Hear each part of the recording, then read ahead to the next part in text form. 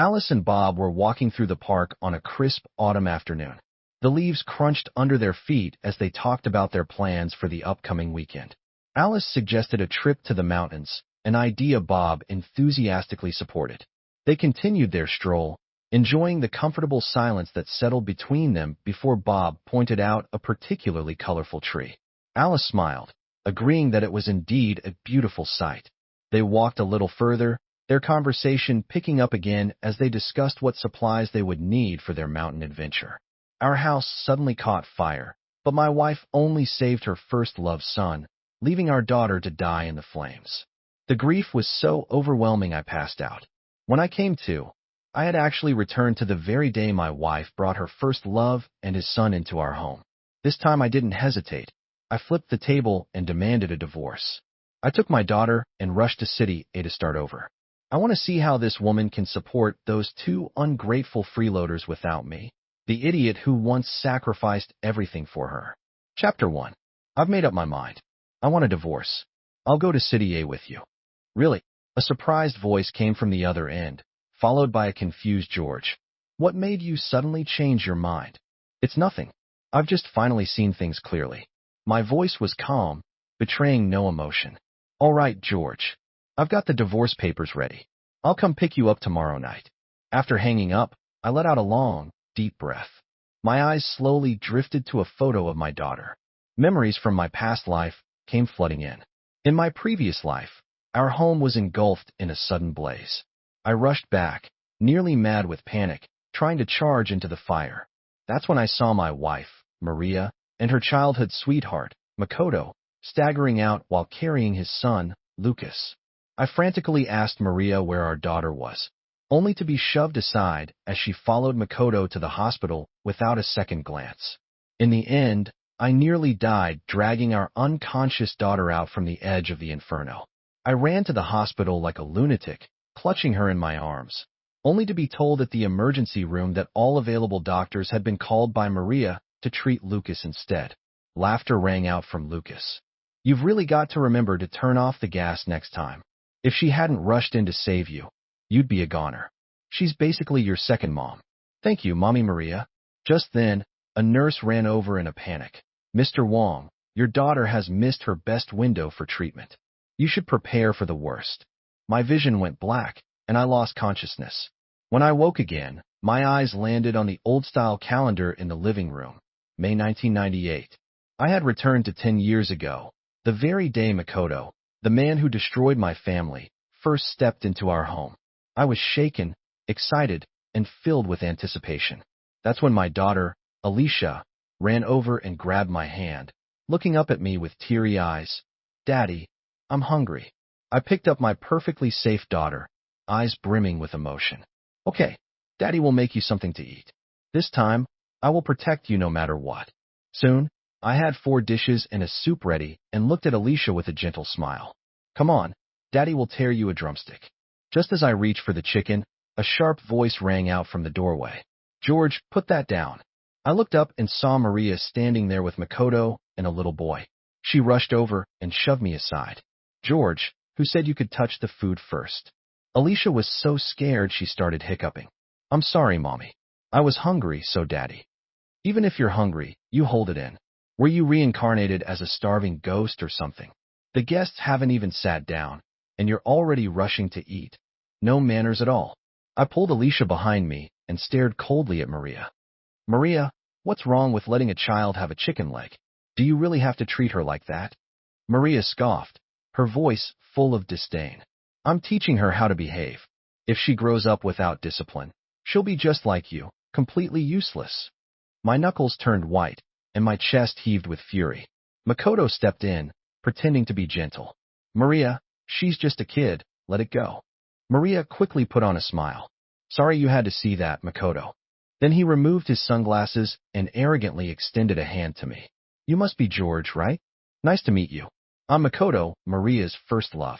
I froze for a second and looked at Maria with a steely gaze. In my heart, I thought, in my previous life, I'd been over backwards trying to please her, doing whatever she asked. In the end, that only led to our destruction. Maria, this time I will not make the same mistake again. At that moment, Maria's face darkened when she saw I didn't react at all. George, why are you just standing there? Don't you have any manners? I curled my lips into a sneer and replied, manners are for people who deserve them. They don't. Makoto awkwardly withdrew his hand and let out a fake sigh of helplessness, though his eyes were full of provocation. Then he added, Maria, looks like George isn't too happy to see us. Maybe we should just leave. I immediately picked up the words with a cold chuckle. Exactly. I don't welcome you. So how about you get out of my house and go back to wherever you crawled from? George. Maria slammed her hand on the table, her voice rising sharply. What's wrong with you? Makoto just got back from the south, and this is how you treat him? I was about to explode when Alicia gently tugged at my sleeve, her little face pale. Daddy, don't be angry. I looked down at her, and the rage in my eyes vanished in an instant. I closed my eyes, swallowed the fury, and softly stroked her hair. Come on, Alicia, let's eat. Maria gave a cold snort and pulled Makoto over to sit down. No manners whatsoever. The guests haven't even sat, and you already took your seat. Everything you do reeks of ignorance and poor upbringing. Hurry up, you've been traveling for hours. You must be tired. Let's eat first. I ignored Maria's snide remarks and focused on watching my daughter eat, feeling a deep sense of relief. There's still time. I can still fix everything. At the table, Maria fawned over Makoto, completely ignoring Alicia and me. I've already leased the ballroom in town and started renovating it just the way you wanted. It'll be ready to open soon. Maria, you're too good to me, but that's a lot of money. Don't worry about the money. I took out a loan from the bank by mortgaging the house. Hearing this, I could no longer stay calm. I slammed my chopsticks on the table with a loud crack. Maria, everything in this house was earned through my hard work. What right do you have to make decisions without me? Did I ever agree to this? Maria smirked and gave me a contemptuous glance. Do I need your permission? What else can you do besides labor jobs? This money invested in Makoto's dance hall will definitely make a fortune. What would you know? Maria, are you out of your mind? There are barely any people in this town. Opening a dance hall here is a guaranteed money pit. Otherwise, why would someone be so eager to let you take it over? You're full of crap. Maria snapped, throwing her chopsticks down. Makoto immediately stepped in, acting all sincere and reassuring. Maria, don't worry. I've done all the research. Ballroom dancing is trending in the big cities, and it'll soon catch on here. As long as we move early, we'll definitely succeed. Maria's eyes lit up as she looked at him with admiration. I knew it. With someone as smart as you leading the way, it's only a matter of time before we make it big. He's just jealous. He's useless himself and can't stand seeing others succeed. I was so angry I actually laughed. Great, great, great, Maria. If you want to jump off a cliff, no one can stop you. But when you can't pay back the loan, don't come crying to me. George, whether I regret it or not is none of your business. Makoto pretended to comfort her by patting her back. Maria, don't get upset because of me and George. It's not worth it. I just can't stand the way he hoards money, stuck in this dump his whole life. Totally pathetic, Maria said with scornful eyes. Maria, don't you know exactly why I stayed in this town all these years? I stood up suddenly, my voice loud, disappointment and rage mixing in my eyes. 2 years ago. George, are you really not coming with me to City A? The internet boom is a once-in-a-lifetime opportunity. You can't afford to miss it. I looked troubled. I want to go too, it's just. Before I could finish, Maria stormed over in a fury. Go where, George? If you dare walk out that door, we're done. I'll divorce you. All I could do was look helplessly at David, forcing a bitter smile. David adjusted his glasses and stood up with regret. George, I won't get involved in your family issues. But if you ever decide to come, just give me a call. No matter how far I get, the second-in-command seat is always yours. Seeing my hesitation, David added, George, don't be shy with me. If it weren't for you dragging me out of that river when we were kids, I'd probably be long dead by now. Chapter 2. At that moment, a flood of harsh curses yanked me back to reality. George, a capable person can earn money anywhere. If you're useless, you're still a piece of trash, even if you go abroad. You must have taken the wrong meds today, picking fights one after another. Looks like you're asking for a beating again, huh? Maria reached out to slap me, but I grabbed her wrist midair and flung it aside with force. Maria, you'd better stop provoking me. Maria's eyes widened in disbelief. George, why? You dare fight back against me? Seeing this, Makoto quickly stepped between us to soothe Maria. Come on, Maria, George is still a man after all. Capable or not, you should at least give him a little dignity. Makoto, who do you think you're being all sarcastic with? This is my family's business, not your place to meddle. I shot back with a sneer. George, what the hell is wrong with you today? Makoto speaking up for you. What kind of attitude is that? I pushed my tongue against the inside of my cheek and let out a scornful laugh and asked back, do I need him to? Maria was left speechless. At that moment, Lucas tugged on Maria's clothes and asked, Mommy Maria, can we eat now? Maria instantly put on a soft, gentle face. All right, let's eat. We're eating. Smiling sweetly, Maria tore off a chicken drumstick from the soup pot, her face full of doting affection. Here, sweetheart, have a drumstick. Alicia's eyes lit up with excitement, and she quickly raised her bowl, moving it forward, but Maria completely ignored her daughter and placed the drumstick right into Lucas's bowl. Alicia's smile froze. She slowly lowered the bowl she was holding, her eyes full of disappointment. Sweetheart, have a taste. This is the only hen in Mommy Maria's house, saved just for you. No one else gets to eat it. Lucas proudly gnawed on the drumstick and shook his head playfully at Alicia. You're not getting any. Alicia's eyes welled up with tears. She choked back a sob and cried, Mom. Maria didn't even lift an eyelid. Her tone was laced with scolding. Alicia, be more sensible. Lucas is your guest. You have to give way to him. I suddenly felt the veins on my forehead bulge, and my voice dropped low and cold. Maria, who is really your child here? George, Lucas is used to eating gourmet delicacies in the big city. I'm just worried he won't be used to the food here, Maria explained with a frown. If he's not used to it, then let him go hungry. Maria slammed the table, making the dishes clatter. George, can't you be a bit more ambitious? Why are you arguing with a child? He's a child? Then what about Alicia? I pointed at Alicia, who was quietly sobbing, and questioned her. Maria couldn't utter a word. Makoto quickly held Maria's hand. Don't be upset, Maria. It's just a chicken drumstick. No need to get angry. Look, there's still another one, right?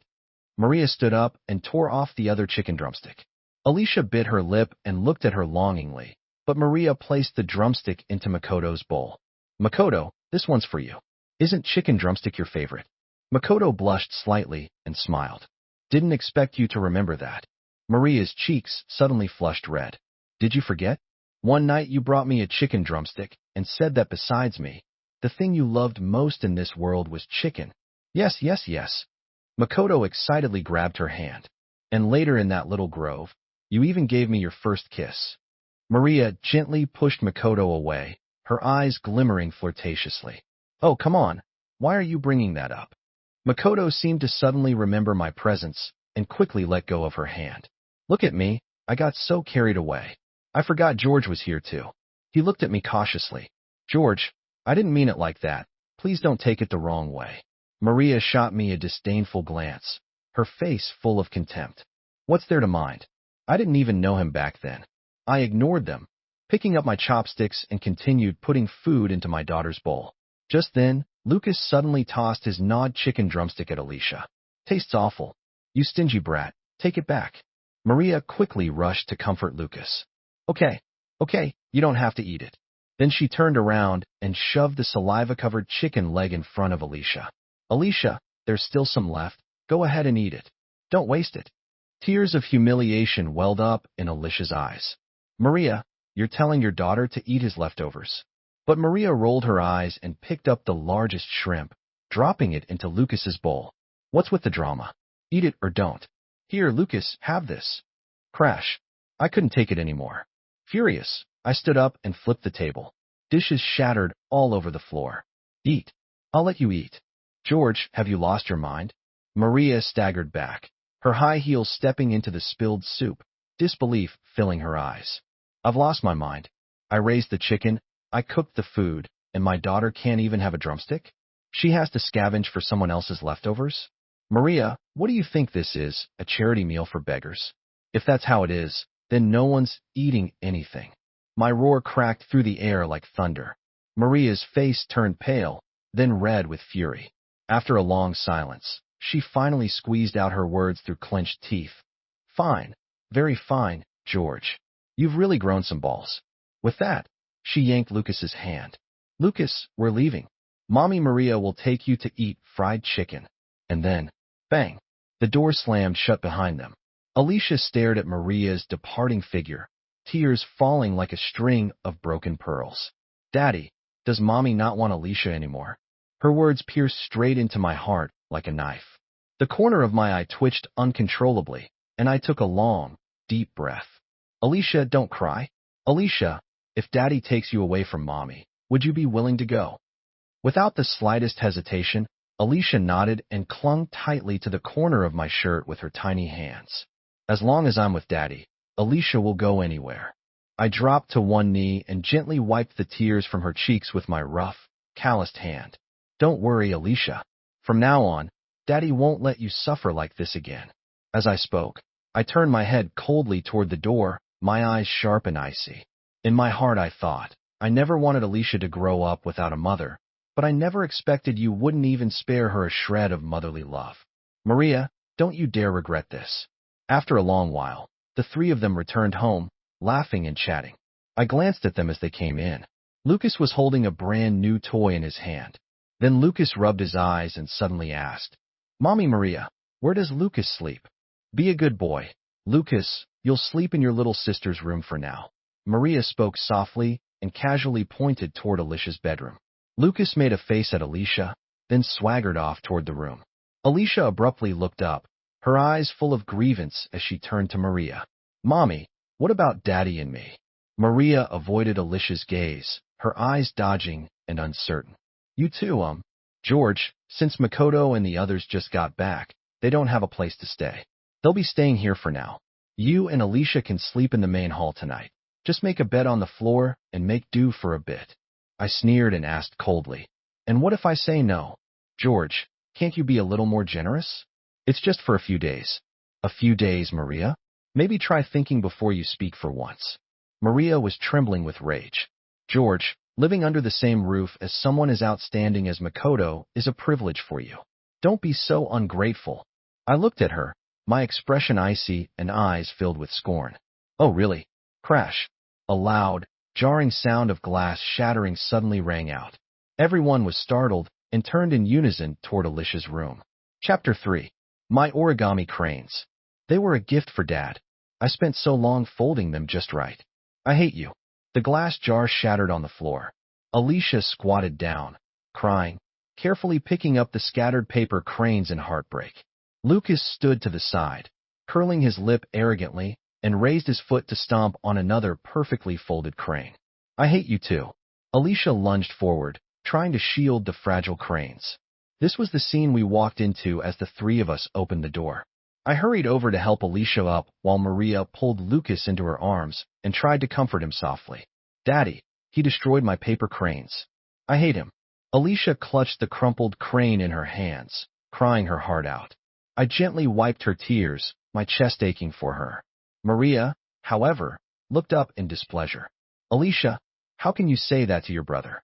That's so rude. Apologize to him now. Mom, Alicia didn't do anything wrong. He broke mine first. Maria's eyes turned cold as she shot Alicia a warning glare. Alicia, are you disobeying me now? Lucas lifted his chin smugly. So stingy. Apologize to me. The veins in my temple throbbed. I pulled my daughter behind me protectively. Shut your mouth, Maria. If your eyes are that useless, I might as well pluck them out and use them as light bulbs. Alicia, don't cry, Daddy's here. No one's going to bully you. Maria was momentarily speechless, choking on her words. Makoto quickly stepped forward, pretending to scold. Were you being naughty again, Lucas? Lucas pointed arrogantly at me and my daughter. Daddy, I don't like them. Make them leave. Makoto looked at Maria with an awkward expression. Maria, maybe we should just go. I shouldn't have brought Lucas here in the first place. Before he could finish, Maria cut him off. It's too late. It's not safe outside. And besides, you just got back. Where would you even go? Then she turned to me with a glare. You too.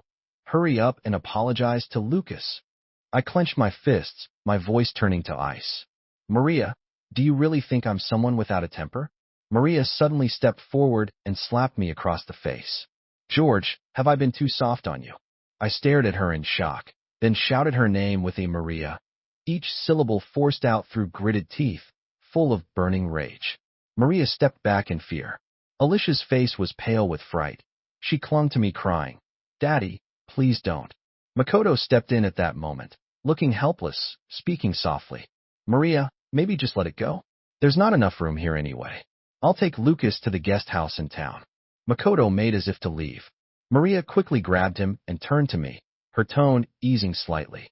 "George, I'll let that little scene just now slide, but you two need to give up this room. Makoto and Lucas are used to life in the big city. Their health is delicate. You can't expect them to sleep on the floor, right? Besides, we've been sleeping in separate rooms for years. I'm not used to having anyone next to me anymore. So can't you just make do for now?" At that moment, Lucas looked at Alicia and me with even more arrogance. "I'm going to sleep. You two, get out of my room now." Alicia looked pitifully at Maria, but Maria guiltily averted her gaze and avoided eye contact. "George, just take Alicia out for now. Lucas needs to rest." "Maria, do you even realize what you're doing? George, are you possessed today or something? If you keep this up, I'll really get mad. Get out now." The veins in my arm bulged. I was just about to argue when Alicia gently tugged on my shirt. "Daddy, it's okay. We're leaving soon anyway. It doesn't matter where we sleep tonight." I looked at her with pain in my eyes and sighed. "Before we go, let Daddy take you somewhere else to sleep, all right?" Alicia gripped my hand tightly and nodded firmly. The smile that had been forming on Maria's lips froze instantly. "Leave? You're trying to run away over something this trivial? George, are you serious right now?" Without another word, I turned around and started to walk out with Alicia. Maria immediately exploded with rage, shouting, "George, you think you're so tough now?" I paused for a second, then looked back at her. "Remember, Maria, I'll live to see you regret it." I turned away and walked off with my daughter without so much as a glance back. Maria's face turned red with fury as she stomped her foot behind us. "George, if you dare leave, I'll divorce you." A cold laugh escaped from beyond the doorway. "Fine, let's get divorced." Maria was stunned, left standing there speechless as she watched us leave. Makoto asked hesitantly, "Maria, are you really going to divorce George?" "Of course not. Just wanted to scare him a bit. I still need him to bring in money for the household." The next morning, I walked with Alicia back toward the house.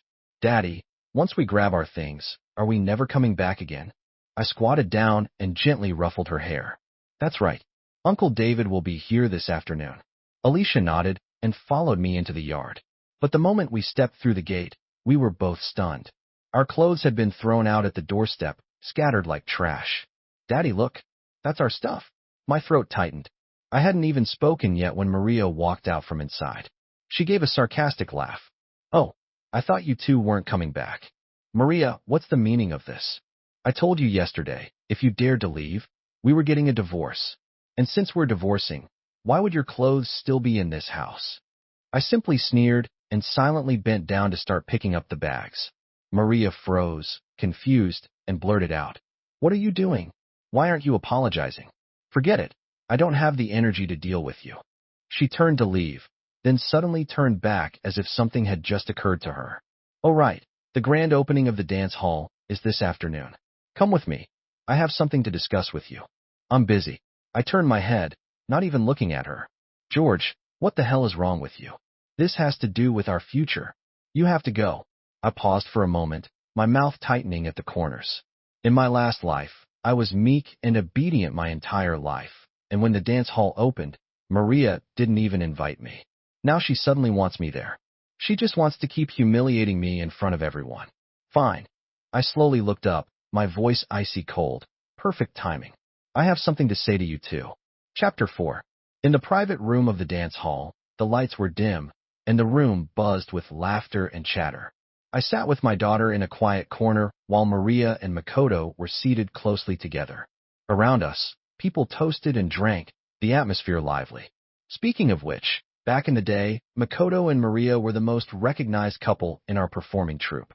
Who would have thought they wouldn't end up together? Yes, such a pity. If Makoto hadn't rushed off for advanced studies elsewhere, George wouldn't have stood a chance.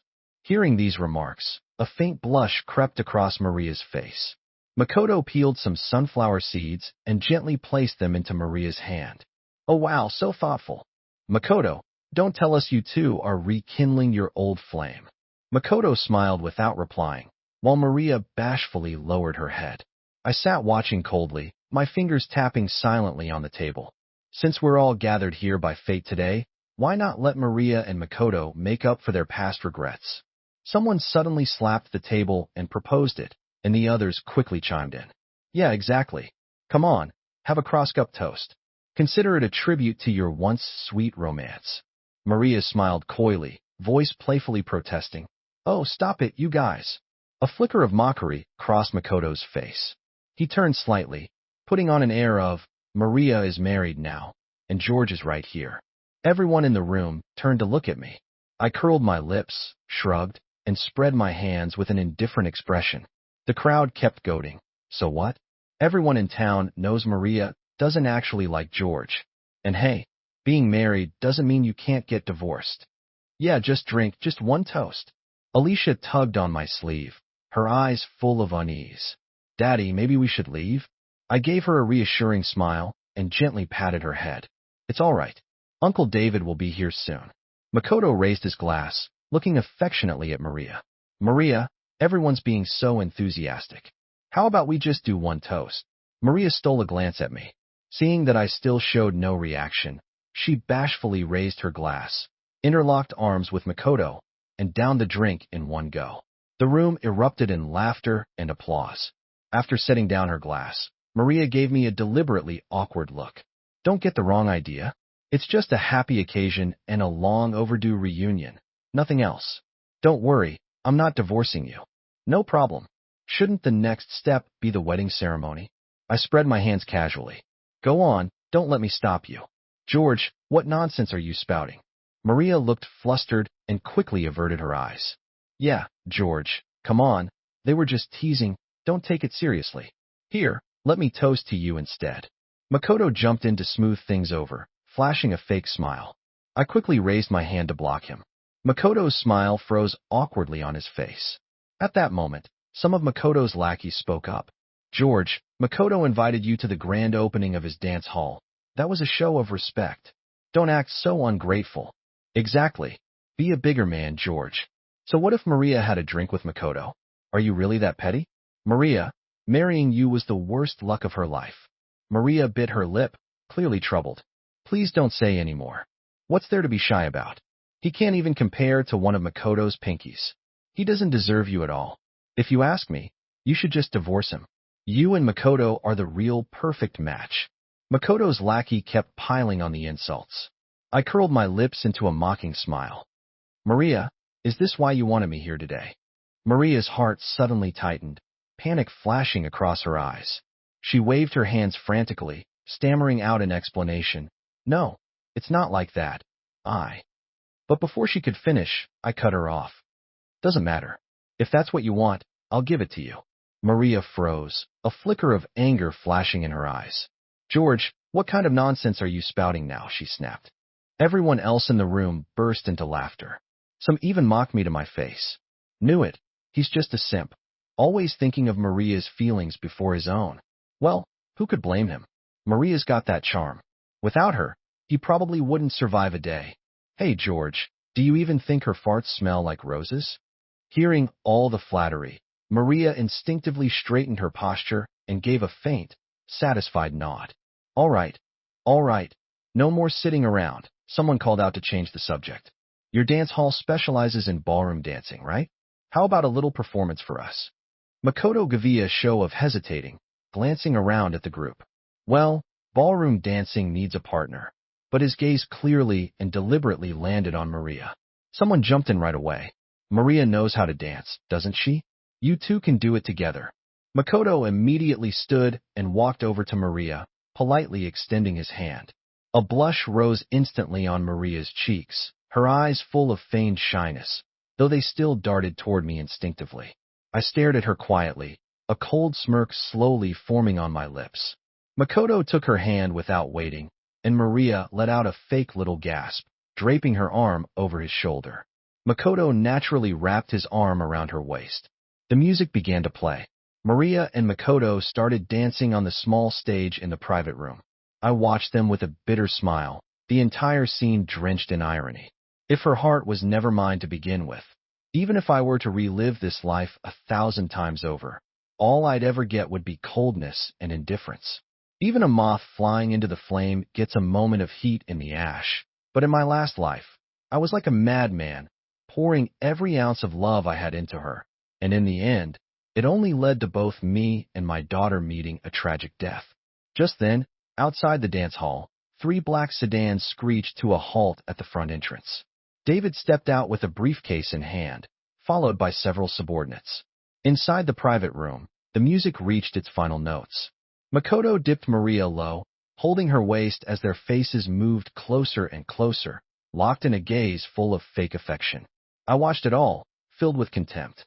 Maria, I wonder if your future self will regret this madness today. I truly look forward to that day. As the dance ended, Makoto smiled and leaned in closer to Maria. Her eyes were hazy, with no trace of resistance. Kiss, kiss, kiss. The crowd below cheered them on. Maria shyly closed her eyes, inching toward him. Makoto glanced at me smugly, then began lowering his head to kiss her. Just as their lips were about to touch, the doors swung open. David strode in excitedly. George, I'm here to pick you up. Everyone turned toward the door in surprise. Maria rushed over to me in a panic, confusion written all over her face. David? George, are you leaving? I slowly stood up, my face dark, eyes locked on Maria. What? Should I stay and watch myself get cheated on?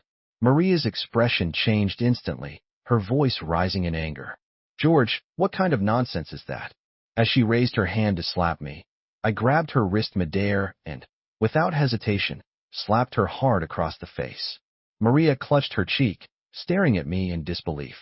You actually hit me. Makoto immediately rushed forward, eyes blazing. George, are you out of your damn mind?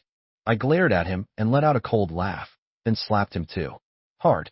I warned you, don't mess with me.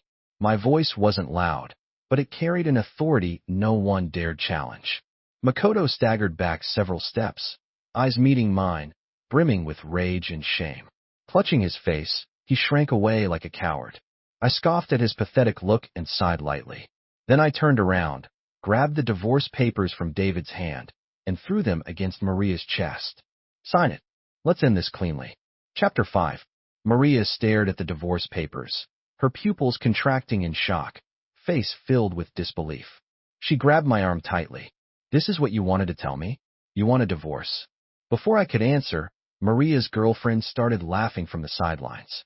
You divorced Maria? Come on, everyone here knows you're Maria's diehard simp.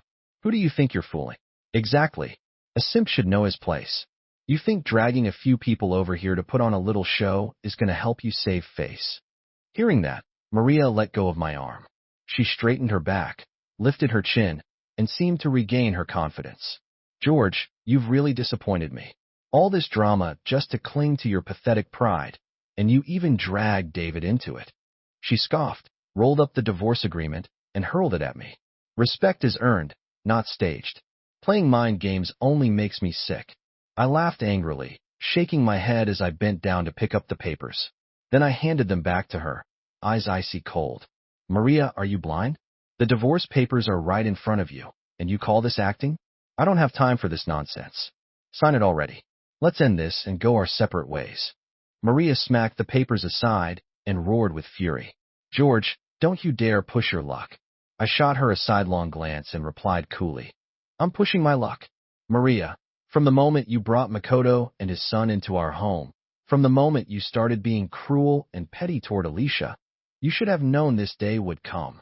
Maria's face turned ghostly pale, her tone suddenly softened. George, can you stop being so old-fashioned? Everything I did, it was for Alicia, for this family. Oh, really? Letting Alicia eat leftovers was for her own good? Flirting with Makoto right in front of me, that was for the family? Maria, do you actually believe your own lies? I no longer held back. Right here in front of everyone, I tore off her mask. Maria, clearly guilty, avoided my gaze, embarrassment spreading across her face. She stammered, I was just. I waved her off, visibly impatient. Enough. I don't have time to listen to your excuses. Are you signing this or not? Maria's lips twitched, frozen in place, unable to answer.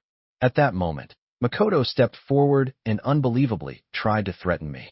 George, this is the grand opening of my dance hall. For my sake, don't cause a scene. Or else. Or else what, Makoto?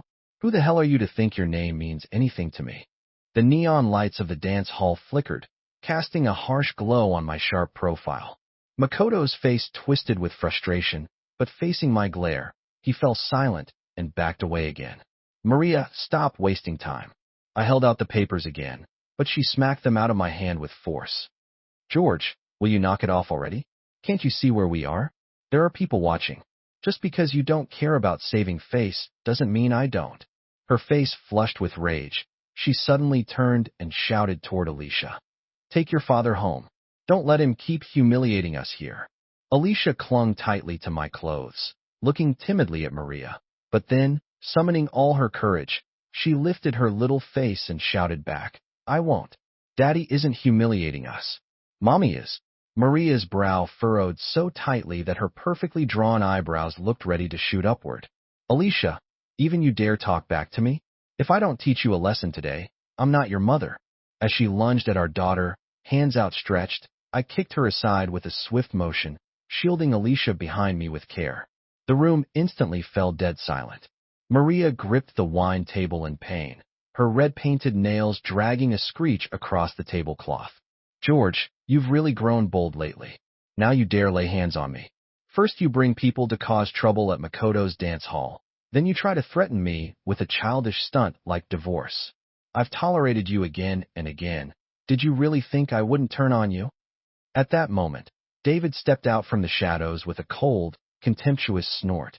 George, why waste your breath on trash like her?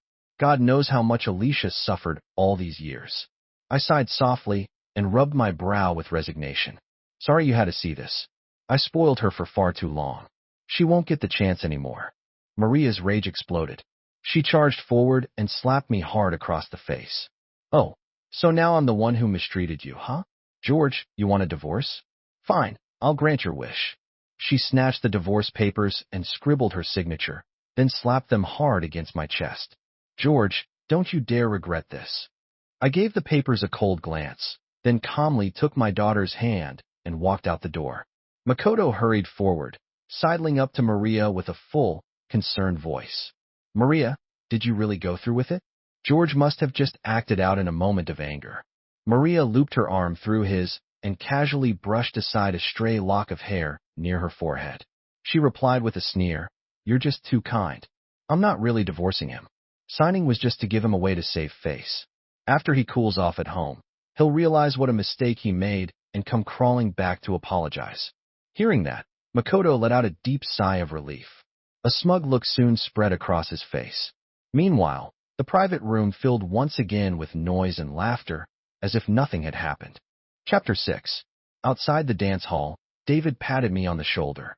Congratulations, George. You'll never have to live under her thumb again. I let out a long breath, the heaviness between my brows finally lifting. Yeah, I can finally do what I want without holding back. From now on, all my time goes to my career and to my daughter. David gave me a mysterious wink. Don't be so sure. On this trip to City A, I've got a surprise prepared for you too. You may not be that free with your time. Uncle David, what kind of surprise is it? For me too. Alicia sniffled, her long lashes still glistening with tears. Of course it is, but I can't tell you yet. David laughed heartily and scooped Alicia up into his arms, gently placing her in the back seat. Let's go? Time to hit the road. That evening, Maria stormed back into the house, panting. She tossed her bag onto the table and collapsed into the sofa. I'm exhausted. Who knew ballroom dancing could be so tiring? Makoto circled around behind her and began gently massaging her shoulders. No worries. I'll just take you dancing more often from now on. Maria closed her eyes, enjoying the attention, until suddenly she snapped them open and shouted toward the bedroom. George, heat up some water. I want to soak my feet. No reply. Her voice grew sharper, fingernails tapping impatiently on the armrest. George. Lucas wandered out, rubbing his eyes. Maria? Mom. They took their stuff and left. Left? Maria jumped to her feet and hurried to the bedroom. Half the wardrobe was empty. The framed photo on the vanity was gone. Even Alicia's little teddy bear had disappeared. Everything that belonged to George and Alicia was gone. Maria stood frozen in shock, her fingers gripping the door frame tightly. Makoto hesitated for a second before stepping forward, putting on a concerned face as he gently comforted her. "It's okay. You still have me and Lucas, don't you? Don't worry, Maria. I'll make sure you're happy." Meanwhile, in a sleek downtown office, David and a group of company executives were flipping through my project proposal. This proposal is way ahead of its time. From diversified business layouts to e-commerce, mobile internet, AI technology, I've never even heard of some of this stuff. So all this time, you've been secretly building an empire back in your hometown. David's hands trembled slightly as he turned each page, eyes glowing with excitement. The manager with glasses leaned in, his lenses reflecting an almost fanatical gleam. "Exactly. With George's proposal guiding us, we'll dominate the market in no time. George, you're a genius." I smiled faintly, my gaze drifting out the window to the distant skyline. The internet age is coming soon. People, processes, data, everything will be connected through the internet. It'll change how we eat, live, travel, even how we receive medical care, socialize, and learn. I turned back around, speaking each word slowly and clearly. "I call it the Internet of Everything." "The Internet of Everything?" The group echoed in unison. "That's right. It's like a massive web spreading across the globe. If we seize this moment, we can build an unprecedented business empire." Just then, a crisp female voice rang out from the doorway. "Something this exciting, and you were going to leave me out?" I turned to see Willow leaning casually against the door frame, a handbag in one hand, a playful smile on her face. "Auntie Willow." Alicia dropped her crayons and immediately ran toward her. Willow crouched down, nuzzled Alicia's cheek with her nose, then looked up at me, unlike someone just standing there like a block of wood. I looked at Willow, surprise and joy interwoven on my face. In my past life, when Alicia and I were constantly mistreated by Maria, it was Willow who had stepped up to protect us time and again. After we moved down south, I never expected to see her again. Yet here she was. David elbowed me in the ribs, pulling me out of my daze. "Cat got your tongue? Say hello already. She came all the way here to invest just because she heard you were coming." "Oh, Miss Lou." "No, I mean Willow." My voice tightened slightly. Willow held Alicia's hand and walked up to me, extending her hand with a smile. "George, it's been a long time." I shook her slender hand. "It really has." "Got it." Alicia clapped her hands suddenly, her face beaming. "Auntie Lou is the surprise Uncle David talked about." David burst into laughter. "Bingo. Our Alicia is still the sharpest one in the room. Now that everyone's here, let's settle the company name. Anyone got good ideas?" Willow looked down and asked the little girl in her arms, "Alicia, do you want to help too?" Alicia tilted her head and thought, then her eyes lit up. "Auntie Willow, I thought of penguins." "Penguins?" David instantly perked up. "I actually really like that animal, loyal and united. What do you think, George?" I looked into my daughter's hopeful eyes, then into Willow's smiling ones. I nodded with solemn agreement. "Sounds great. Let's call it Penguin Tech." 1 week later, Maria stood in the kitchen, disheveled and greasy-haired, frantically scraping wilted, yellowing vegetables onto a plate. On the dining table sat a few shriveled multi-grain buns, looking pitiful and unappetizing. "Makoto, Lucas, breakfast is ready," she shouted hoarsely toward the bedroom. Makoto stretched and yawned, strolling out lazily. Lucas followed behind, eyes still bleary, and kicked away a stool that blocked his path. "So noisy," Lucas grumbled as he plopped into his seat. "Can't you stop waking me up so early, Maria?" Maria's smile froze instantly. She forced a twitch at the corner of her mouth. "Sorry, Lucas, Mommy was just—" "You're not my mom." Lucas scowled and cut her off without a shred of politeness. Maria froze, her hand still hanging in midair. Makoto quickly put on a show of scolding. "Lucas, is that how you talk to your mom?" It's fine. Maria forced out a smile, quickly picking up a bun and handing it to Lucas. "He's just a kid, he didn't mean it. Come on, eat up." But Lucas smacked the bun to the floor and shouted, "I don't want pig food. I want meat. I want meat." Makoto sighed, feigning frustration. "Maria, Lucas is still growing. You can't feed him stuff with no nutrition. Why don't you go buy some meat? Maria lowered her head, her fingers unconsciously twisting the edge of her apron. She spoke softly. All the money George left behind was spent by you and Lucas. There's nothing left to buy meat with. Ever since I left, Makoto had been borrowing money from her nearly every day for Lucas's toys or for new equipment at the dance hall. The savings account had been drained dry. Each time, Makoto had made grand promises. Once the income from the dance hall starts coming in, I'll pay you back. But now what's that supposed to mean? We spent all the money? If you don't want us living here, just say it. Makoto's face darkened, and he threw his chopsticks hard onto the table. Maria snapped out of her daze, panicking. No, I didn't mean it like that. It's just, there really isn't any money left at home. Can't you save a bit from the dance hall's earnings for daily expenses? Makoto frowned, his tone growing impatient. The dance hall's broke too. There's barely any foot traffic. Expenses are still outweighing income. Maria's expression shifted to one of shock. She stammered. But didn't you say we'd be making big money soon? How come? Before she could finish, Makoto's face had turned from pale to livid. So now you're blaming me, Maria? What the hell's wrong with you lately? Forget it. Eat your lousy food yourself. Lucas, let's go. Makoto grabbed Lucas, who was still yelling, and stormed out. The door slammed shut with a bang, rattling the picture frame on the wall. Maria sat motionless at the table, her eyes suddenly reddening. Her gaze fell on the bun that had rolled onto the floor. When George was here, I never had to worry about food or chores. Alicia never shouted at me. And yet, back then, she always slept in until noon. When she woke up, she'd see George in the courtyard doing laundry. When he saw her, he'd look up with a warm smile. Wife's up? I left the food in the pot for you, still warm. Go eat after you freshen up. She always greeted him with a frown, unleashing all her morning crankiness on him. Scrub the shoes after you're done. Also, I've been craving fish lately. Make it for lunch, okay? Okay, whatever my queen says. George would always agree cheerfully, smiling as he obeyed her every unreasonable request. At night, while she watched TV on the couch, George would sit quietly beside her, shelling sunflower seeds. Alicia would crouch on the floor, helping wash her feet. But she always complained. Alicia was clumsy, and the moment anything displeased her, she'd scold with a sharp, piercing voice. Now those memories pierced her heart like knives. Tears dripped onto the tabletop as she stared at the oil-stained apron on her chest. She whispered, George, I'm not mad at you anymore. Where did you and Alicia go? Chapter 7. At that moment, I was fully focused on the screen, typing away, completely absorbed in my code. Daddy, Auntie Lou is back with food. Alicia skipped into the room, her braids bouncing with every step. Willow leaned against the door frame, holding a takeout bag.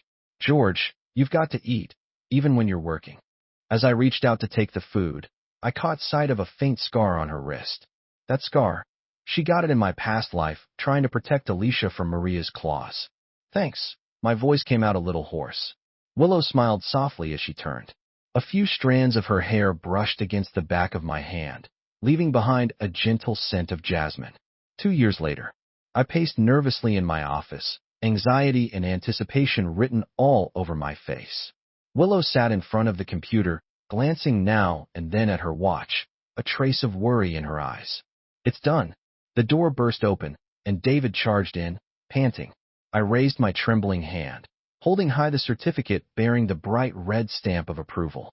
I stared at the thin sheet of paper as my Adam's apple moved visibly. Willow stepped forward quickly, gently running her fingertips over the embossed seal. This is amazing. I can't believe it went through so smoothly. David grabbed a water cup from the table, took several big gulps, and exhaled heavily as he set it down. From founding to going public, it only took 2 years. This caught the attention of the whole stock exchange. It's all thanks to Chairman Wong's planning. Otherwise, who knows how many detours we'd have taken. I shook my head, my voice warm but firm. Come on, don't say that. This was a team effort. Everyone made it happen together. David chuckled, then suddenly seemed to remember something. He pulled out a stack of gold-embossed invitations from his pocket. Right, XD Chamber of Commerce in South Province sent several formal invites. They want you to give a talk on investment strategies. They say it's important for regional development. George, interested? I took one of the invitations and studied it for a moment before nodding thoughtfully. I wouldn't say I'm qualified to teach, but if I can contribute something to my hometown's growth, that's more than worth it. Perfect. I won't be able to go myself, though, Miss Liu. I'll leave the honor of accompanying Chairman Wang to you. David gave a teasing wink.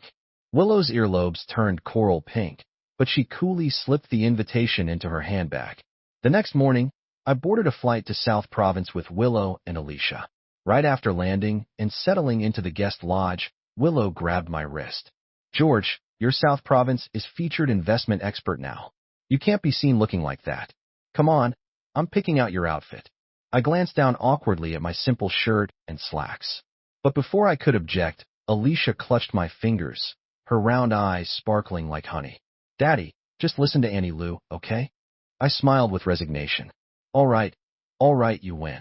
When we arrived at the mall, Willow beamed and rushed into a men's clothing store. Beside me, Alicia tugged at my sleeve and whispered, Daddy, Annie Lou is so nice. I wish you were my mom. I froze for a moment, then put on a fake stern face. Alicia, don't say that. Auntie Lou and I are just friends. Still, the tips of my ears betrayed me, turning visibly red. Alicia pouted. Daddy, you're so clueless. Auntie Lou likes you. Everyone knows it except you. I couldn't help but laugh. I pinched her cheek gently. Alicia, say that again and no meat for you tonight. Alicia quickly covered her mouth, but her eyes curved into mischievous little crescent moons. The corners of my mouth lifted unconsciously as I gently tapped my daughter's nose with my fingertip. You little glutton, Daddy was teasing you. It's your birthday today. Let's go pick out the biggest cake. Alicia bounced up onto her tiptoes, gripping my hand tightly in excitement. But just as we turned, our smiles froze on our faces. Maria? Mom. Maria stood right in front of us, arm linked with Makoto's. Her face shifted from surprise to anger in an instant. George, so you finally decided to show up. Do you have any idea how Maria, we're divorced. Whatever's going on with you now, it has nothing to do with me. My voice was firm, unyielding. Maria stiffened, her lips trembling slightly. I know when you handed me the divorce papers you were just trying to save face. I'll let you have that. Even if you were just jealous or throwing a tantrum, hasn't 2 years been enough? Her tone was tinged with grievance, like she was the one who had been wronged. I let out a cold chuckle, the look in my eyes turning sharper. Maria, your biggest problem is thinking the world revolves around you. With that, I turned and took Alicia's hand, ready to leave. George, don't you dare walk away. Maria yelled, fuming. Makoto immediately wrapped his arm around her shoulder, giving me a smug, taunting look. What's the rush, George? Maria told me you've been down south chasing your dreams. Judging by the way you look now, I guess that didn't go too well. Sure, there's money in the south, but not just any nobody can grab it. I paused, amusement flashing in my eyes. Oh, then what about you? You came crawling back. What happened? Even the dogs wouldn't take you in. My voice was quiet, but every word landed like a nail. Makoto's face turned the color of rust. Maria snapped like a cat whose tail had just been stomped. George, it's been 2 years, and you still look like mud that can't stick to a wall. Her tone was full of disdain, as if the man in front of her was still the same pathetic pushover she used to control. Alicia pouted and protested. You're the mud. My dad is really awesome now. Childish, yes, but it hit Maria like a slap. Alicia, is that any way to talk to your mother? Ever since you left me, you've completely lost your manners. And to think I used to worry I was too strict. Turns out I wasn't strict enough. I let out a sarcastic snort and cut her off. All right, drop the fake righteousness. Oh, by the way, how's your dance hall?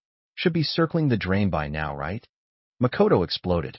He jabbed a finger at my nose, shouting, George, don't spout nonsense. Every business has ups and downs. Even if it did go under, I'm still better than a loser who couldn't even keep his wife. I raised an eyebrow, lips curling into a mocking grin.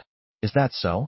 Well then, cheers to your everlasting love, and may your dance halls open in every little village across the country. Makoto was momentarily stunned into silence, then quickly tilted his chin upward arrogantly. George, cut the sarcasm. A temporary setback is no big deal. Let me be real with you. We're here to attend the expert investment seminar today. I'll be learning the most elite financial strategies. I raised an eyebrow, my voice laced with irony. You too? At a seminar like that? Maria clung proudly to Makoto's arm. Makoto's brother-in-law is a leader in the Chamber of Commerce. Attending a lecture is just a word from him. But what about you? Why are you here? Don't tell me you're stalking me. Alicia lifted her little face and declared proudly, My dad and I are attending the seminar too. Makoto blinked, then burst into uncontrollable laughter. George, you'll tell any lie to a kid, won't you? You, a loser like you, at this seminar? I opened my mouth to speak, but Maria waved impatiently and cut me off. George, since you finally bothered to show your face again, I'll let bygones be bygones. After things settle down, I'll have Makoto arrange a doorman job for you at the dance hall. Be useful for once, and maybe I'll even let you move back home. Her condescending tone was laughable. I waved her off immediately. No thanks, Maria. You two should worry more about repaying your loans and figuring out how to lose less money. Let's go, Alicia. Maria trembled with rage, shouting at my back. George, don't you dare regret this. After I left with Alicia, Makoto escorted Maria back to her guest house room. Then he turned toward the stairwell, pulling out his phone. 10 minutes later, a group of thugs gathered at the guest house entrance. Makoto, what's the rush? What's going on? Makoto's voice was cold and dark. George is back. One thug spat on the ground and growled. Hell no, he really dared come back. I never forgot the slap he gave you at the dance hall 2 years ago. Makoto kicked him hard. You dumbass, gotta bring that up? That bastard actually humiliated me in front of Maria today. If I don't break his legs, I'll never sleep again. Meanwhile, I was walking hand in hand with a cheerful, bouncing Alicia on our way to the cake shop. Behind us, Makoto and his gang silently trailed us. Suddenly, George, stop right there. Makoto and 3 thugs surrounded me. Makoto, what do you think you're doing? I moved Alicia behind me protectively, my voice sharp. Isn't it obvious? I'm here to teach you a lesson for not knowing your place. A thug with a gold chain spat at my feet. George, you think you can mess with Makoto and walk away? How many lives do you think you've got? Makoto swaggered toward me, hands in his pockets. George, you left without a word, and now you come crawling back to stir things up? What? Are you trying to get yourself killed? I stared coldly at them, alert.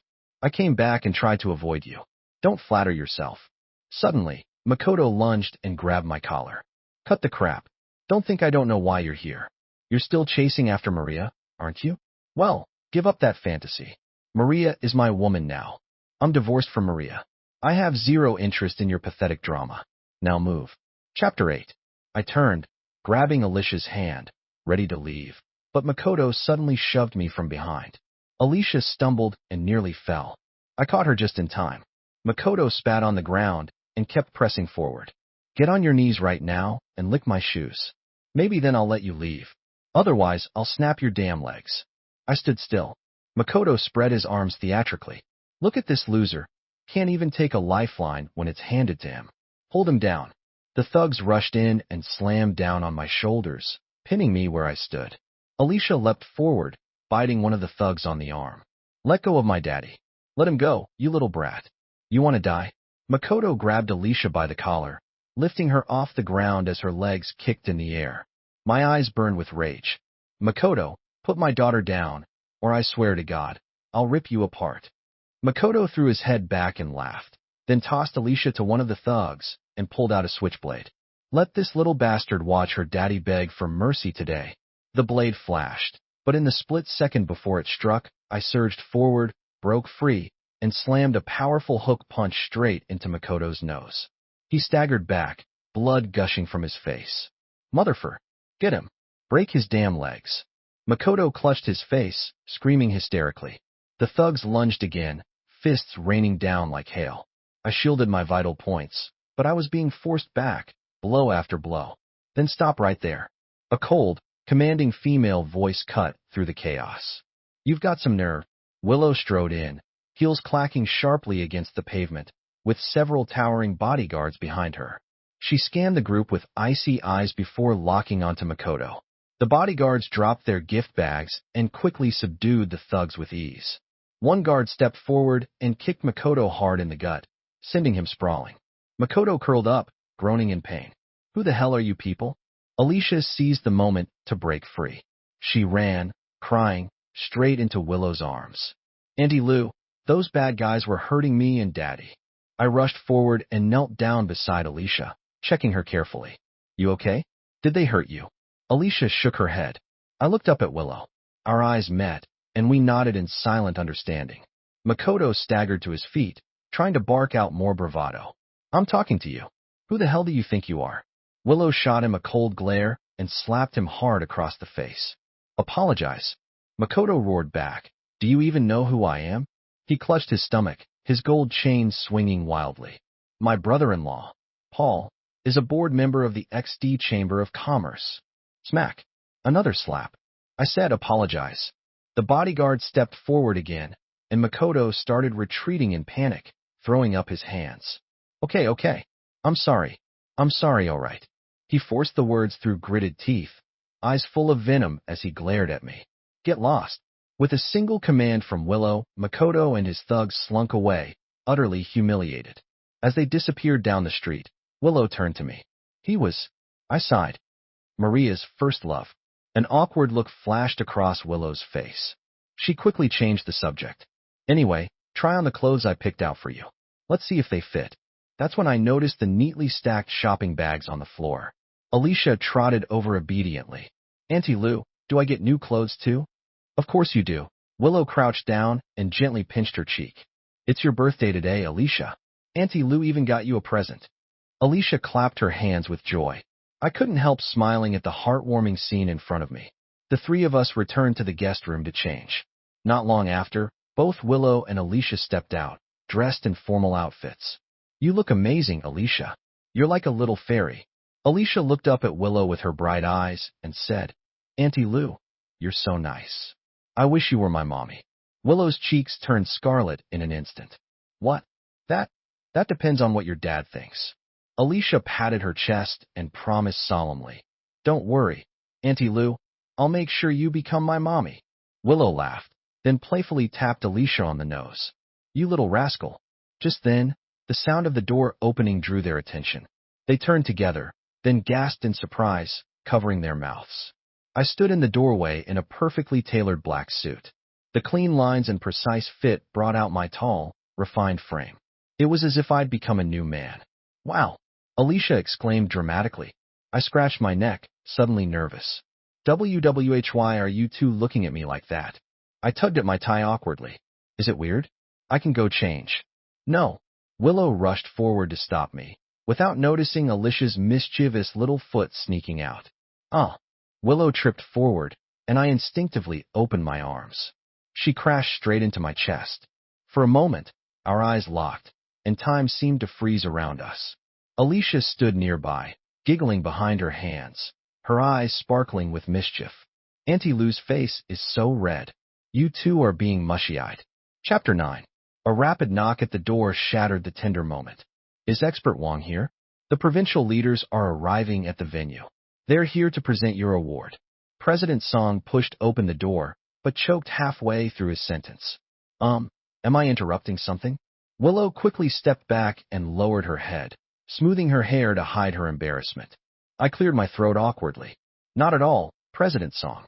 What brings you here? Well, the provincial leadership heard that you and Miss Liu are here to share investment experience and give back to your hometown. They've specially arranged to present you with the 21st Century Outstanding Young Leader of South Province Award. I need to greet them briefly. The lecture will begin shortly. Please head in and mingle with the guests. I'll rejoin you soon. Of course, please go ahead. President Song gave me a knowing smile before turning and leaving. Willow was too embarrassed to raise her head. My ears were still burning red. Meanwhile, in another guest room, Maria stood in front of the mirror, carefully doing her hair. Makoto barged in, face twisted in rage. Damn it! That bastard George actually sent people to beat me up. Maria glanced at him through the mirror, her voice calm and dismissive. Oh, come on. If he had that kind of power, I wouldn't have kicked him out like a stray dog in the first place. Seeing Makoto still fuming, she turned and patted his arm lightly. Relax. After the lecture, I'll help you get even. Makoto leaned by the window, smoking, with fake hesitation. Maria, I think George has gotten involved with some rich woman. Rich woman. Maria snapped her compact shut with a clack, then sneered. Makoto, are you seriously suggesting that a loser like George could attract a rich woman? Makoto opened his mouth to respond, but Maria grabbed his arm. Stop overthinking it. George is my simp. Always has been. Come on, the lecture's about to start. Let's focus on business. They stepped into the grand hall. The crystal chandeliers lit up the marble floors like mirrors. Maria's eyes swept greedily across the room, filled with men in tailored suits. Wow, no wonder it's an XD Chamber of Commerce event. So upscale. Makoto puffed out his chest, pride written all over his face. Of course, a lecture of this caliber isn't open to just anyone. See all these folks. South Province's top private business owners, each one worth at least a few million. We make a few connections here, and expanding the dance hall to the provincial capital won't be a dream anymore. Maria nodded eagerly, her eyes gleaming with ambition. As the two of them walked toward the crowd, nearby chatter drifted into their ears. I heard this expert Wong took a startup public in just 2 years. That's unheard of, even nationwide. Right? My clothing factory's been running for over a decade, and I haven't even sniffed the IPO threshold. Man, comparing yourself to others just makes you miserable. They say expert Wong rarely appears in public. To see him in person today and learn from him, it's exciting just thinking about it. As Maria and Makoto approached, several guests turned to glance at them. Makoto quickly pulled a business card from his pocket and presented it with both hands, full of flattery and anticipation. Hello, seniors. I'm the owner of a local dance hall. My name is Makoto. Here's my business card. The surrounding guests looked at him with thinly veiled disdain. Maria quickly stepped forward to smooth things over. We're indeed just small-time business owners, but thanks to the help of Mr. Paul Kim from the XD Chamber, we were lucky enough to attend today and meet all of you. We hope to learn from you. Makoto eagerly added, Yes. Director Kim is my brother-in-law. The moment the name Director Kim was mentioned, the crowd's attitude shifted instantly. Smiles bloomed as greetings were exchanged. Just then, a stir rippled through the entrance of the hall. Willow and I walked in hand, with a beautifully dressed Alicia between us. The three of us had a striking presence, and all eyes immediately turned our way. Makoto's face changed in an instant. He tugged at Maria's sleeve. Maria, do you believe me now? George dressed like that. There's no way he could afford such a suit on his own. Look at him, acting all high and mighty. He's clearly being kept by some rich woman. Maria's expression darkened. She clicked across the floor in high heels and stormed up to us. George, what are you doing here? Get out. I frowned at her. And what does that have to do with you? Guests around us began to gather curiously. Makoto stepped in with smug arrogance. Maria and I are at least legitimate business owners, a part of the private enterprise circle here today. What are you doing here? Came to broaden your horizons with your sugar mommy? George, no offense, but even if you snuck in, you probably wouldn't understand a single word of the lecture. Don't waste your time. I gave a cold laugh. And you dare call yourself a private entrepreneur, Makoto? Let me give you a word of advice. Don't come messing with me again. Next time, I won't let it slide. Maria crossed her arms and shrieked. George, is that how you talk to Makoto now? 2 years out of town, and suddenly you've grown a spine. Then she turned her eyes on Willow, scanning her up and down with jealousy. And why are you with her? What's your relationship? Maria, don't you think you're being a bit too nosy? I replied coldly. Too nosy? George, I'm your wife. The room erupted in murmurs. Wait, what? He brought a woman and a kid, but she says she's his wife? Man, the world's really gone downhill. People began whispering and pointing at us. Maria clenched the strap of her purse, her blood-red nails digging into the leather. George, I'm your wife, and now you bring our daughter and this woman to a seminar, and I'm not even allowed to ask about it. Willow's eyes narrowed. She took a step forward and said coldly, A mess, Maria. You'd better watch your mouth. Oh, did I say anything wrong? Maria sneered, the eyeliner around her eyes warping with rage. What? You can do it, but can't handle hearing about it. Willow, George is my man. Alicia is my daughter. You've got the nerve to tag along with them. And I'm calling you a homewrecker, which is being too kind. Willow clenched her fists so tightly her knuckles turned white, but she forced herself to hold back. I stepped forward without hesitation. placing Willow behind me protectively. Maria, how many times do I have to say this? We're divorced. Who I'm with and what I do is none of your business. And as for Willow, she's my friend, so show some damn respect. You? How could you take her side? She's just a homewrecker. Maria's face twisted with fury. She suddenly grabbed Alicia by the shoulders. Alicia, tell Mommy, when did this fox start seducing your father? You're not allowed to talk about Auntie Lou like that. Alicia snapped, glaring at her. Maria's breath caught in her throat, and she screamed, I'm your mother, Alicia. Even you are taking her side now. Tears welled up in Alicia's eyes. You're not my mom. You never loved me. I hate you. Maria's face contorted for a split second, then locked eyes with Willow, her voice laced with venom. Well played, Willow. In just 2 years, you not only stole my man, but even turned my daughter against me. Do you enjoy tearing other people's families apart? Willow curled her lips into a mocking smile. A mess, Maria. George and I have a clean conscience. And if Alicia isn't on your side, maybe you should take a good, hard look at yourself. Maria's breathing grew heavy, but she still spat her words out stubbornly. What tricks did you use? I would never seduce someone else's husband like you. Sensing the rising tension, Makoto tugged at Maria's arm. Maria, what's going on here? You two know each other. Know each other? Maria's eyes blazed with hatred. This woman, Willow, she used to visit my house all the time 5 years ago. At first, I thought she was just a nosy do-gooder. Turns out she had her eyes on George all along. I remembered that night. It was pouring rain. Maria had kicked Alicia and me out of the house, all because I'd used my wages to buy our daughter her first new coat in 2 years. Willow, passing by, had held an umbrella over us, only to be met with Maria's hysterical curses. And now, under the public spotlight, Maria still hissed at me. You'd better explain exactly what kind of relationship you and Willow have. Otherwise, I'll never forgive you. I stayed calm, voice cool and even. Maria, we've been divorced for a long time. You have no right to question me. Maria trembled with rage. You? George? How dare you? Chapter 10. At that moment, an older businessman stepped in to smooth things over. Everyone, calm down. No more arguing. He turned to me with a look of stern concern.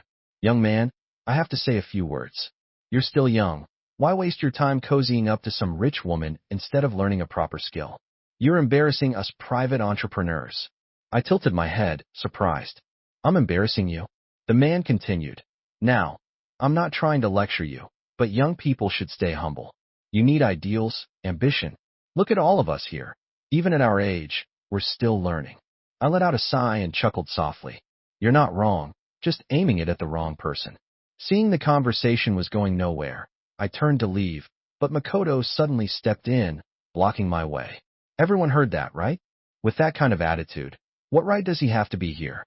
I say they're just here to stir up trouble. A few murmurs rose from the crowd. I agree. Leeching off others and disrespecting elders. Someone like that doesn't belong here. He's a disgrace to the whole chamber. Throw him out, I say. Maria immediately chimed in. Exactly. This is a lecture by the esteemed Mr. Wong. Not just anyone should be allowed to attend. She turned to me, her tone haughty. George, I won't hold what just happened against you, but Makoto and I have serious business to attend to. We don't have time to play house with you. Leave now. I stared at her silently for a moment, then let a cold smile tug at the corners of my lips. And if I say no? Smack. A sharp slap rang out. Red marks immediately bloomed on my cheek. I turned my head, the anger in my eyes barely contained. Daddy! Alicia ran over, sobbing, her little hand trembling as she reached for my swollen cheek. In a flash, Willow stepped between us, eyes gleaming with fury. Maria, have you lost your mind? Maria scoffed and raised her chin defiantly. He's shameless and pushy. Are we supposed to just stand by and watch you disrupt Mr. Wong's lecture? Suddenly, Alicia charged forward and shoved Maria with all her might. Don't you dare hit my daddy. Maria stumbled back, her heels screeching against the marble floor. Alicia, you dare lay a hand on me now, you ungrateful brat? After all I did for you. Tears spilled from Alicia's eyes. You never did anything for me. Daddy took care of me. You never cared, never looked after me. You don't deserve to be my mom. Maria's pupils contracted. She pointed a trembling finger at Willow. It's you. You poisoned her against me. Enough. My voice rang with fury. Maria, ask yourself, what have you ever done for Alicia? I advanced step by step, my tone sharp. Have you ever cooked her a meal? Bought her clothes? Celebrated even one birthday with her? Maria looked evasive. I was busy. Busy? Busy playing mahjong? Busy shopping? The only child you ever cared about was Makoto's son. If you'd shown Alicia even half the care you gave that boy, she wouldn't have left without the slightest regret. She's right. You're selfish, Maria. You don't deserve to be her mother. The crowd began whispering and casting judgmental glances that pricked Maria's back like needles. What do you know? She screamed hysterically. I'm strict with her for her own good. For her own good? I sneered. Then what about Makoto's son? You buy him the latest sneakers, take him to Disneyland. That's what you call for her own good. Sensing the tension, Makoto quickly jumped in. George, your own daughter isn't likable. Why are you blaming Maria? My gaze turned cold, and I slapped him across the face. Makoto clutched his cheek, staring at me in disbelief. You think dare hit me? Do you even know who I am? My tone was icy. Do you know who I am? Just then, the crowd suddenly parted. Chairman Kim stormed over with 2 security guards, and Makoto ran toward him like he'd seen a savior. Brother-in-law, this guy hit me on your turf. Chairman Kim gave me an arrogant once-over. Kid, who the hell are you? Why have I never seen you before? I was about to speak when he cut me off. Enough. Who you are doesn't matter. Today's seminar affects the entire South Province's investment direction and the future of every private entrepreneur here. You dare cause trouble here? Are you trying to ruin the South Province? Drag him out. The security guard stepped forward to seize me, but Willow's cold voice cut through. What are you doing? Let him go? You're Chairman Kim, right? You've got some nerve. These people might not know who we are, but you, as a business council chair, you don't know either? Chairman Kim looked at Willow with complete disdain. Why should I know? I, Paul Kim, may not know every industry heavyweight, but most of the top private entrepreneurs in South Province are my friends. On my turf, I'm somebody. I don't bother remembering every random lowlife who shows up. Makoto hurried to add, Brother-in-law, this woman's just some nouveau riche heiress, and that guy's her boy toy. I don't know how they snuck in. Just get them out before they ruin our welcome for Expert Wong. Chairman Kim looked at me. A boy toy? And you're this young, already running around doing shady crap? Take your sugar mama and get the hell out. Slap. Willow's palm landed hard on his face, the crisp sound silencing the whole venue. You bitch. You dare hit me. Chairman Kim roared, covering his cheek. Security. What are you waiting for? Lock them up in the security office. I'd like to see who dares. Willow's voice was sharp and commanding, her piercing gaze freezing the guards in place. She looked at Chairman Kim with contempt. Blind idiot. If it weren't out of respect for Chairman Song, you wouldn't even qualify to meet George. Listen up. George is the Strategic Investment Director of Penguin Tech. He's the investment expert personally invited by Chairman Song. How dare you try to kick him out? What? George is the investment expert. Maria and Makoto gasped in unison. At this moment, murmurs began spreading through the crowd. No wonder they don't look like ordinary people. And when I first arrived, I think I saw Chairman Song talking to them. This is going to be good. Looks like Chairman Kim just picked the wrong fight this time. Chairman Kim stood in the middle of the crowd, brows tightly furrowed, his eyes shifting between Willow and me as if weighing his options. Makoto anxiously ran to Kim's side. Brother-in-law, don't listen to that bitch. This guy has nothing to do with Expert Wong, except sharing the same last name. Paul took a deep breath, suppressing his irritation, and asked in a low voice. Miss, you claim George is Expert Wong? Do you have any proof of that? Willow's gaze was sharp as a blade as she stared him down. How ridiculous. It was your Chairman Song who practically begged us to come and share investment strategies. Now you want me to prove our identities? Chairman Kim, if Jordan finds out this is how you handle things, what do you think he'll do to you? You don't try to intimidate me with big names. Kim snapped. You think I don't know how capable this George really is? Brother-in-law. Makoto was practically jumping in frustration, the veins on his forehead bulging. Paul's face darkened. He waved a hand to cut him off. Enough. Can you calm down for once? But brother-in-law, why are you siding with them? This George is a nobody. If we don't kick them out now, once the real Expert Wong arrives, how are we going to explain this mess? Smack. Chairman Kim slapped Makoto across the face and glared at him with bitter disappointment. You useless idiot. How many times have I told you? Don't panic in situations like this. What are you rushing for? You say he's not expert Wong. Do you have proof? Makoto's eyes turned dark and resentful, and he gritted his teeth. Brother-in-law, what kind of proof do you need? George is just some backwater bumpkin who crawled out of the suburbs. He's never even seen real wealth. And come on, someone like expert Wong. No way he'd be clinging to a sugar mama. He's with a sugar mama? Kim's brows drew tighter, his tone now laced with doubt. Exactly. He dumped his wife 2 years ago just to please that bitch. I was there when they divorced. Brother-in-law, think about it. How could someone as accomplished as expert Wong be such a heartless, shallow jerk? Just then, someone in the crowd quietly chimed in. Chairman Kim, what he said kind of makes sense. I mean, someone with such twisted values, there's no way they could have achieved that much in their career, right? I mean, he looks what, maybe 30, and you're telling me he brought a company to IPO in just 2 years? That's impossible. I let out a cold laugh, my eyes like ice as I swept my gaze across the crowd. Why can't someone succeed at 30? Just because you failed doesn't mean the rest of us have to go down with you. Since when did the world work that way? Chapter 11. Chairman Kim's eyes were cold and sinister as he stared at me for a few seconds, as if he had finally made up his mind. You punk. There's no way you're expert Wong. Just a clown trying to make noise on my turf. Guards, take them away. I swiftly shielded Willow and Alicia behind me, my gaze icy, but my voice unnervingly calm. Chairman Kim, I suggest you think carefully before making any decisions. You're ready to move on me based on a few words from them? If you arrest the wrong person, can you answer to Jordan when he returns? Willow stepped forward as well, feigning a friendly reminder. Chairman Kim, since you're an executive of the business council, I assume you can still tell right from wrong. If you get manipulated into a mistake and cause trouble, your position may not last much longer, don't you think? Beads of sweat began to form on Kim's forehead as he wrestled internally.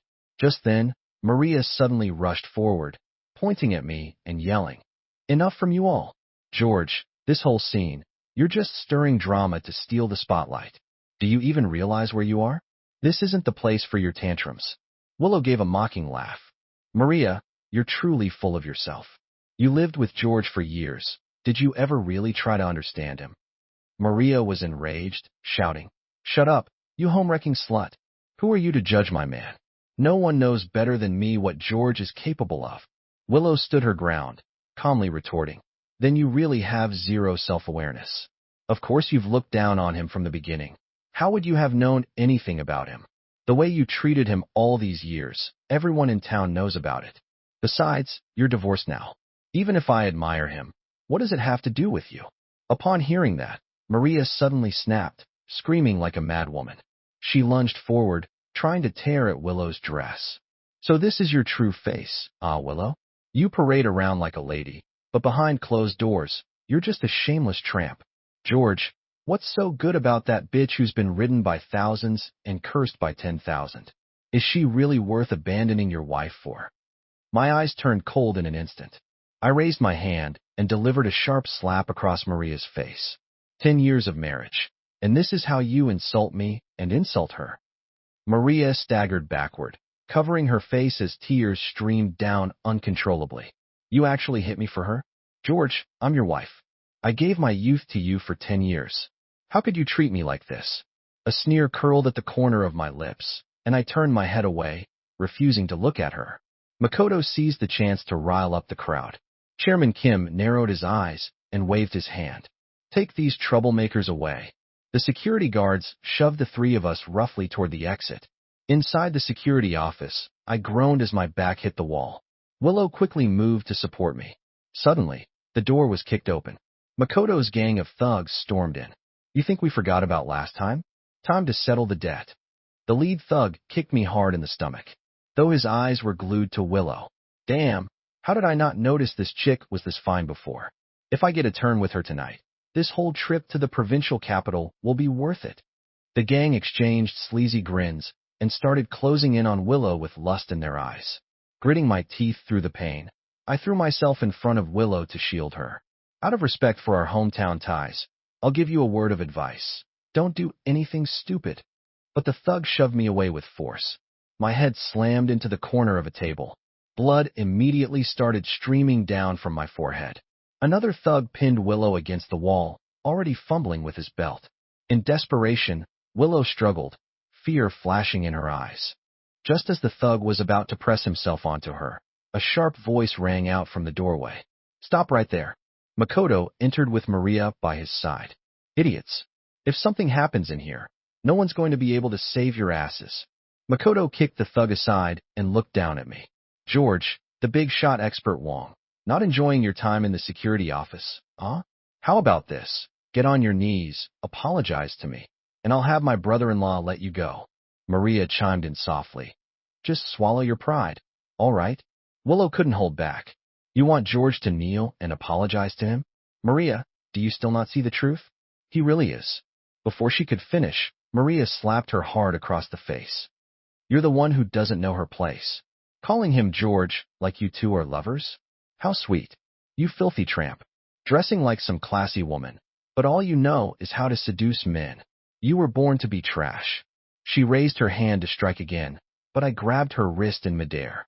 "George, you can't even protect yourself, and you still want to play the hero for this slut? You want to protect her so badly? Then I'll make sure you watch as I ruin her." Maria's eyes burned with hatred as she glared at Willow. She suddenly snatched Makoto's glass. "Let's see if boiling water can melt the pretty little face of yours." I clenched her wrist tightly. "You're insane. I want to destroy her." Ignoring my warning, Maria flung the cup of scalding water straight at Willow. Chapter 12. At that moment, a commotion erupted at the entrance of the auditorium. Chairman Song strode in with provincial officials at his side. Paul rushed forward in panic. "Chairman, you're finally back. This must be the legendary expert Wong. Such an extraordinary presence." "Paul, this is a provincial leader. Mind your place. And isn't expert Wong supposed to be in the auditorium? What are all of you doing out here?" Chairman Kim stumbled backward, nearly falling as his voice trembled. In the auditorium? Then that George. George is expert Wong. "Paul, what kind of stunt are you pulling?" Paul's knees went weak. Chairman. "Expert Wong. He's in the security office." Chairman Song's pupils contracted, rage overtaking him. "You locked up expert Wong." Without another word, Chairman Song slapped Chairman Kim so hard he was knocked to the ground, then stormed toward the security office with his team. Inside the security office, Maria's eyes widened in disbelief as she watched me shield Willow from the boiling water with my back. Her lips trembled, the jealousy in her eyes burning like fire. "You'd go that far for her? For that used-up slut? She's really worth it to you." My back burned painfully, but I stood tall. "Maria, you make me sick." The words stabbed into Maria like a knife. She suddenly grabbed the hot water bottle on the table and smashed it onto the floor. Scalding water splashed everywhere. Glass shards scattered across the ground. Willow pulled Alicia behind her and backed up until her back hit the wall. Maria let out a twisted laugh, then lunged forward and grabbed Willow by the hair. "George, since you're so into this filthy seductress, I'll let you watch how I destroy her with your own eyes." "Let go of Auntie Lou," Alicia cried and threw herself at Maria. Makoto seized the moment and kicked me behind the knee, forcing me to kneel. "Keep your eyes open, expert Wong." He grabbed my head and forced me to look. Maria dragged Willow toward the broken glass. Alicia clung tightly to Willow's leg. "Get off, you ungrateful little brat." Maria raised her foot, ready to kick Alicia, just as a thunderous voice shouted, "Bastards! Stop right there." Chairman Song burst through the door with his men. I broke free in that instant, lunged forward, and shoved Maria hard away. "Are you all right?" I asked gently, helping Willow up, unable to hide the pain and concern in my voice. Alicia threw herself into Willow's arms, her face soaked in tears. Chairman Song, his face dark with fury, walked up to me and bowed deeply. "Expert Wong, it's my failure in leadership that allowed this to happen. I deeply apologize." Maria stood frozen, as if struck by lightning, her lips drained of all color. Makoto tried to speak up one last time. "Brother-in-law, he's just a..." Slap. Chairman Kim backhanded him hard. "Shut up. You've ruined me." He turned to Chairman Song, fell to his knees. Chairman Song was drenched in cold sweat. He turned around and roared. "Paul, from this moment on, You are expelled from the business council. Paul remained on his knees, begging, but was kicked aside. Do you know how much effort the business council put into inviting expert Wang? You blind, worthless mutt. How dare you show disrespect to him? You trying to ruin the council and the entire South Province. Maria suddenly threw herself at my feet. George, I was wrong. For the sake of our 10 years. I stepped back, my gaze cold and merciless. Slowly, I raised my hand. Smack. That one's for Willow. Smack. That one's for Alicia. Smack. And this one's for me. Maria collapsed to the floor, half her face swelling up, eyes wide with terror. Makoto shrank into the corner, cold sweat soaking through the back of his flashy shirt. Suddenly, he dropped to his knees with a thud and pointed at Maria, screeching, George, I'm innocent. It was all Maria. She misled me. Without her, I wouldn't have dared mess with you even if I had 100 lives. Maria's head snapped up, her eyes filled with venom. What did you just say, Makoto? I only crossed George for your sake, you bastard. Bullshit. Makoto barked back. You're just a filthy snake. Smack.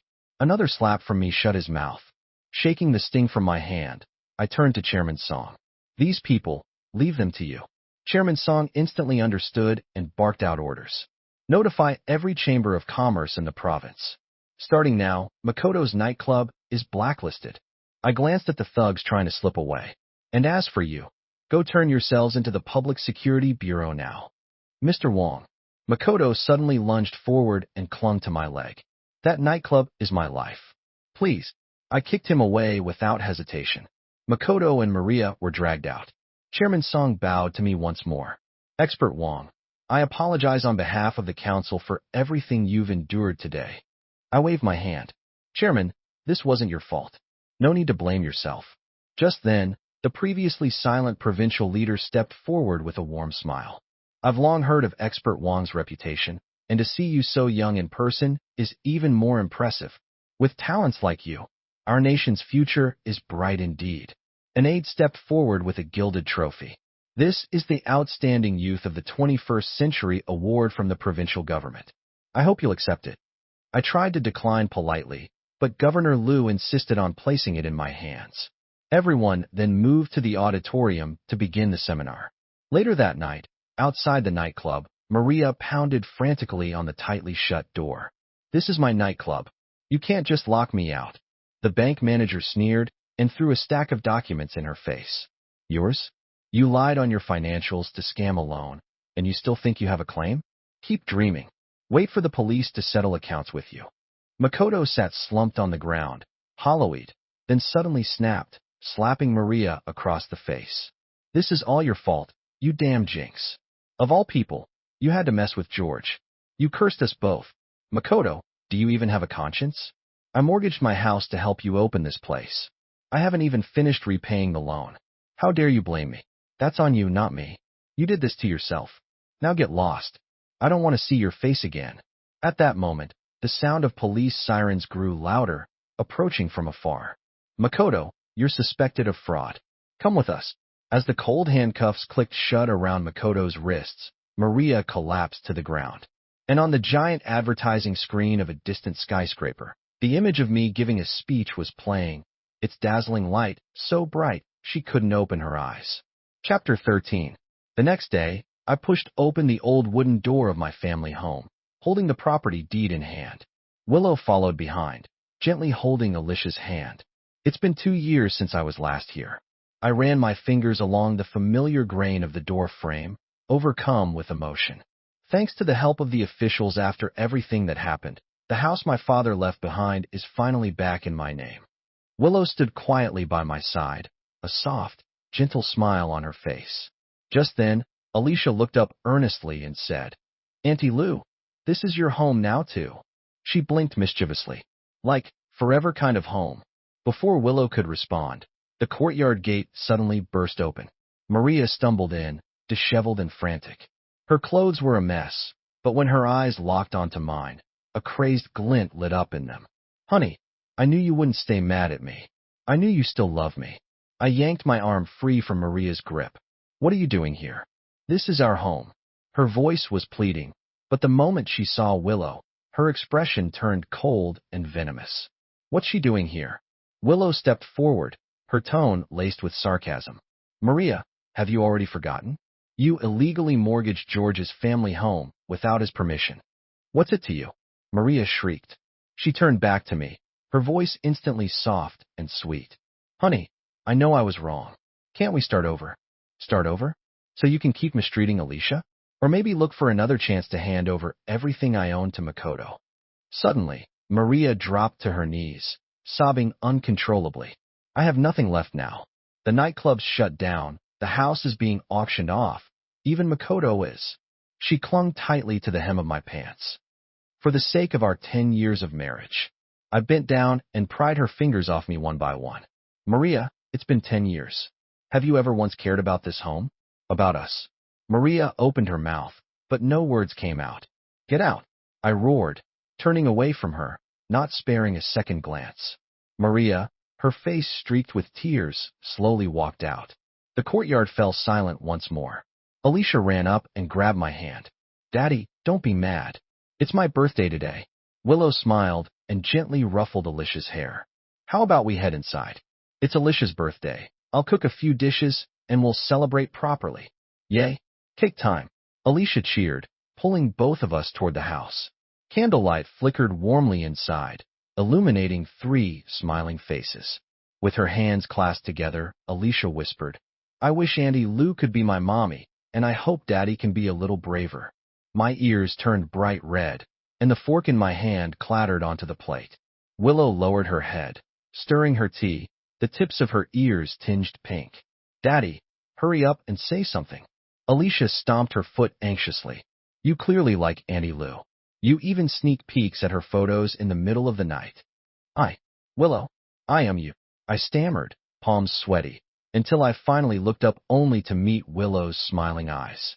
I accept. Her voice was sincere, and her fingertips quietly rested on the back of my hand. Alicia squealed with delight and stacked our hands together. This is amazing. Auntie Lou is my mommy now. Daddy, Mommy, from now on, we'll be together forever. 1 year later, Maria, wrapped in a tattered cotton coat, rummaged through a trash bin for food. Suddenly, a familiar burst of laughter echoed nearby. She looked up abruptly and saw me holding Alicia's hand, my other hand intertwined with Willow's.